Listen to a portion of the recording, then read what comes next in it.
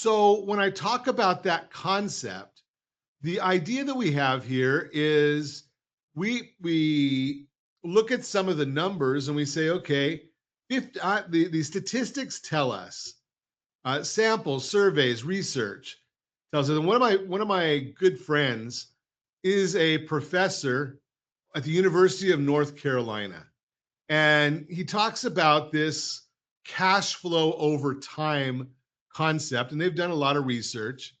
And what they've found is that 52% of our income goes to committed expenses. 52% goes to committed expenses. 48%, I think, is the number. And I'm going to go and try and find it here real quick in this slide deck that I was trying. Darn, Josh got it before I did.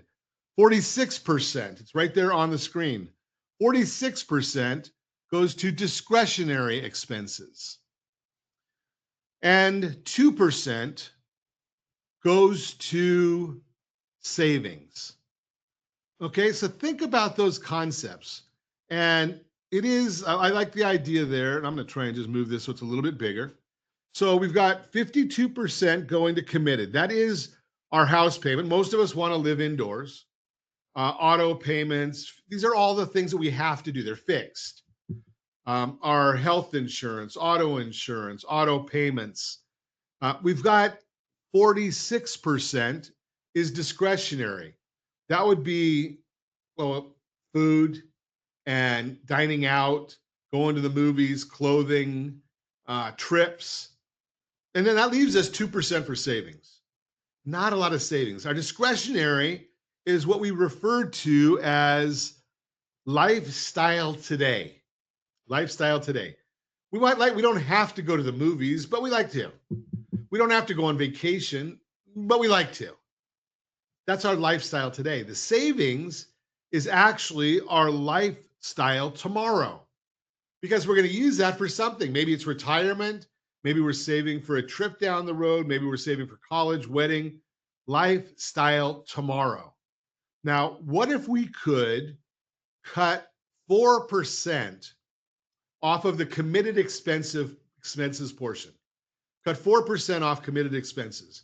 We do that all the time when we're looking at our strategies for for debt management. 4%, not a whole lot of money. So, but we do that. Now, what do we do with that money? Well, we already enjoy our lifestyle right now. So let's move that to lifestyle tomorrow. We're going to increase that 2% by 300%, moving it up to 6%. Now, what does that do for us? Well, what that does for us then is takes that and says, what if that was just a small number? What if that 4%, and I know we're in Southern California, so we don't get to deal with real small numbers when it comes to committed expenses. But what if we did deal with just a small number and we say that number is only $250? Well, if that number was only $250 and we were able to add that $250 to our savings over 16 years, do you know that comes out to $426,990? That's almost $500,000. I'm sorry, $304,350 comes out to $426. And if you take a look at that, Josh, see if you can get to slide 12 there real quick. You look at that and you say, okay, $450 comes out to $550,000.